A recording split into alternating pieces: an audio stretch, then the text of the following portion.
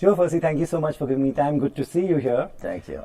Let me tell you that everyone who's looking you up on the internet for the past 1 or 2 days, they're seeing a picture of you with a big plate and a lot of Indian food and That's some right. 16 bowls. You want to tell them that you had them well?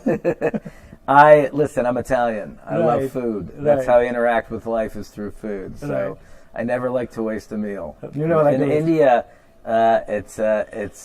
all you do is find good meals. Find good meals. Yes. And are you having a good time? Having a great good time to go around? Yeah, a little bit of time, not a ton. I mean, it's the tricky part of when you come to work is that you don't get to see as much as you like. But I'm having a fantastic time interacting with the fans, and it's very I brought my whole family with me. I wanted them to share in this. It's very emotional as a filmmaker when you get to come to a place like India where people are really responding to the film and the stories, the Marvel stories that are being told. Right, good to know that. Is your family also having a good time? They're having a blast. They get to go around.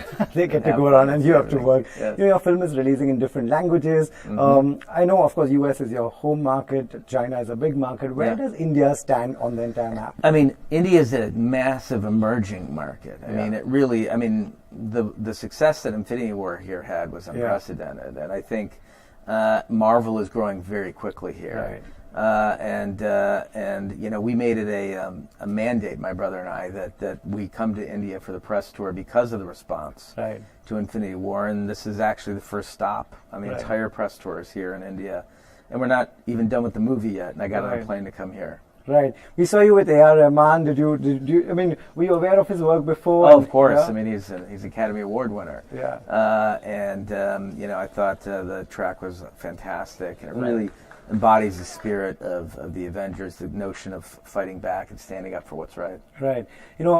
Just like the rest of the world, even in India, Robert Downey Jr. has the biggest fan following. Do you want to tell the viewers who are watching, what is he like on a set?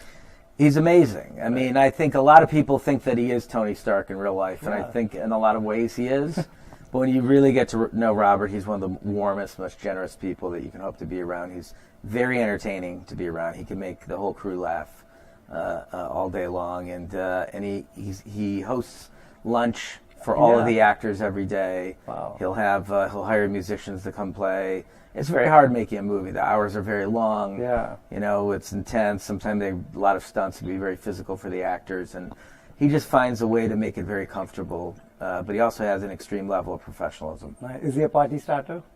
Yeah, he can easily get everybody going and get the music turned up and get everyone having fun. Right. What was the feedback that you got for your last film? For the end scenes, is it something that you were expecting, or what was the majority feedback? I mean, we were expecting people to be upset. I don't know that we're expecting them to be as upset as they actually were. Right. Heard stories where Mark Ruffalo told me he was in a theater in New York on opening night and he had a hat on and glasses so that people couldn't recognize him. And he said when the movie was over, he got scared because a guy had ripped his shirt off and was screaming at the screen, "Why?"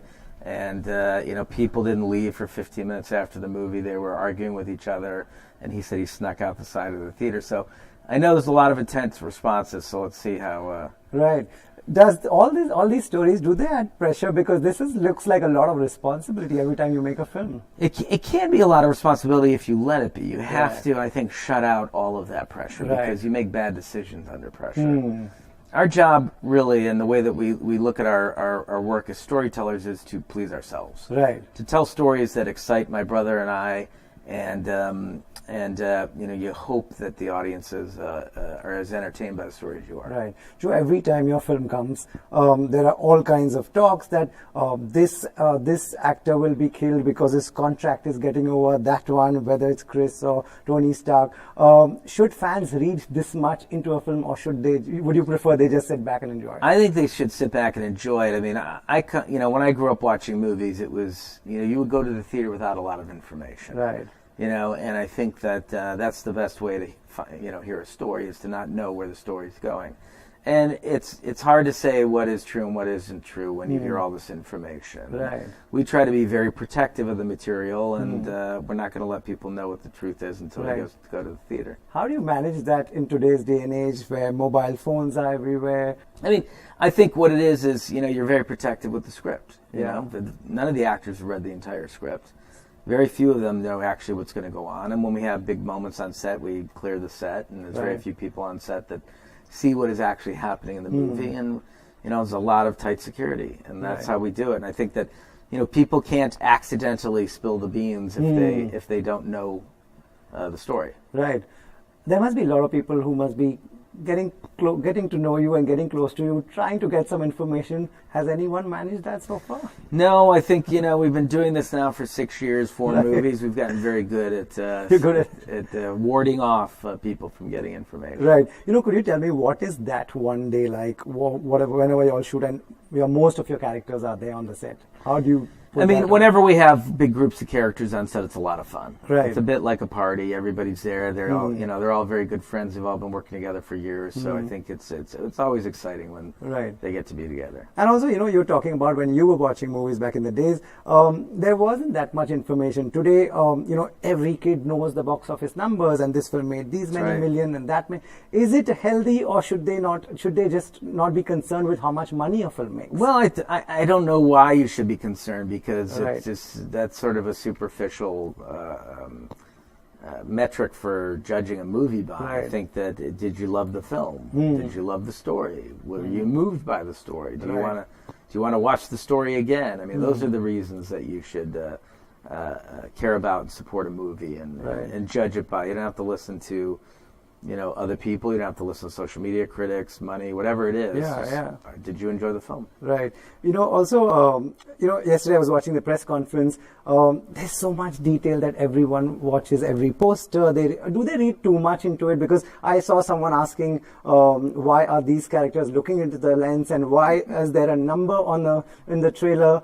And I saw you responding to that. But are they reading too much? I think that it's good. Look, it's healthy for them to read into things. We do hide things. I will admit that we posted photos on the internet and that we, sort of meticulously crafted and layered information into, and we try to tease the fans so that they can have some fun trying to uncover that information. But not everything has been imbued with that level of thought. So. It just depends what they're reading into. Sometimes they could be reading correctly, and sometimes not.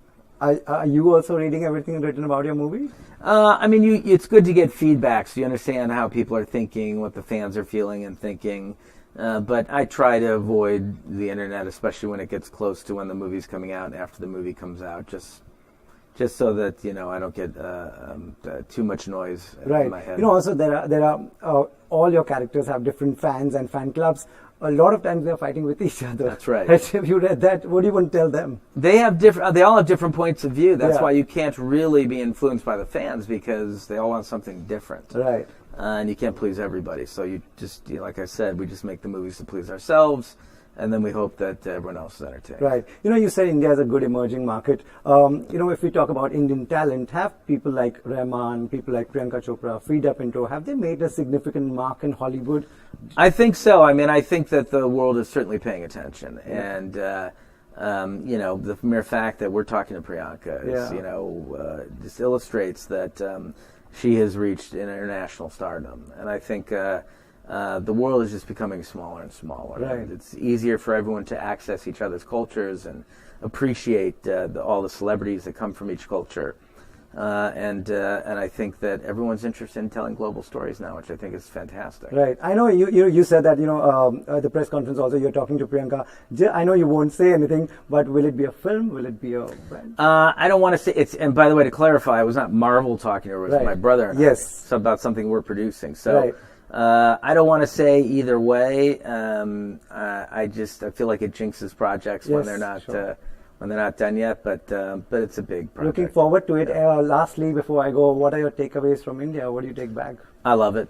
That's fantastic. The people are so warm and genuine, and they've been so gracious and supportive and passionate about the movie. And boy, you can get some really great meals here. Great. So hope you come back for that. Thank you. I will. Thank you so much. I appreciate it. Thanks. Thank you for talking to us. Thank you.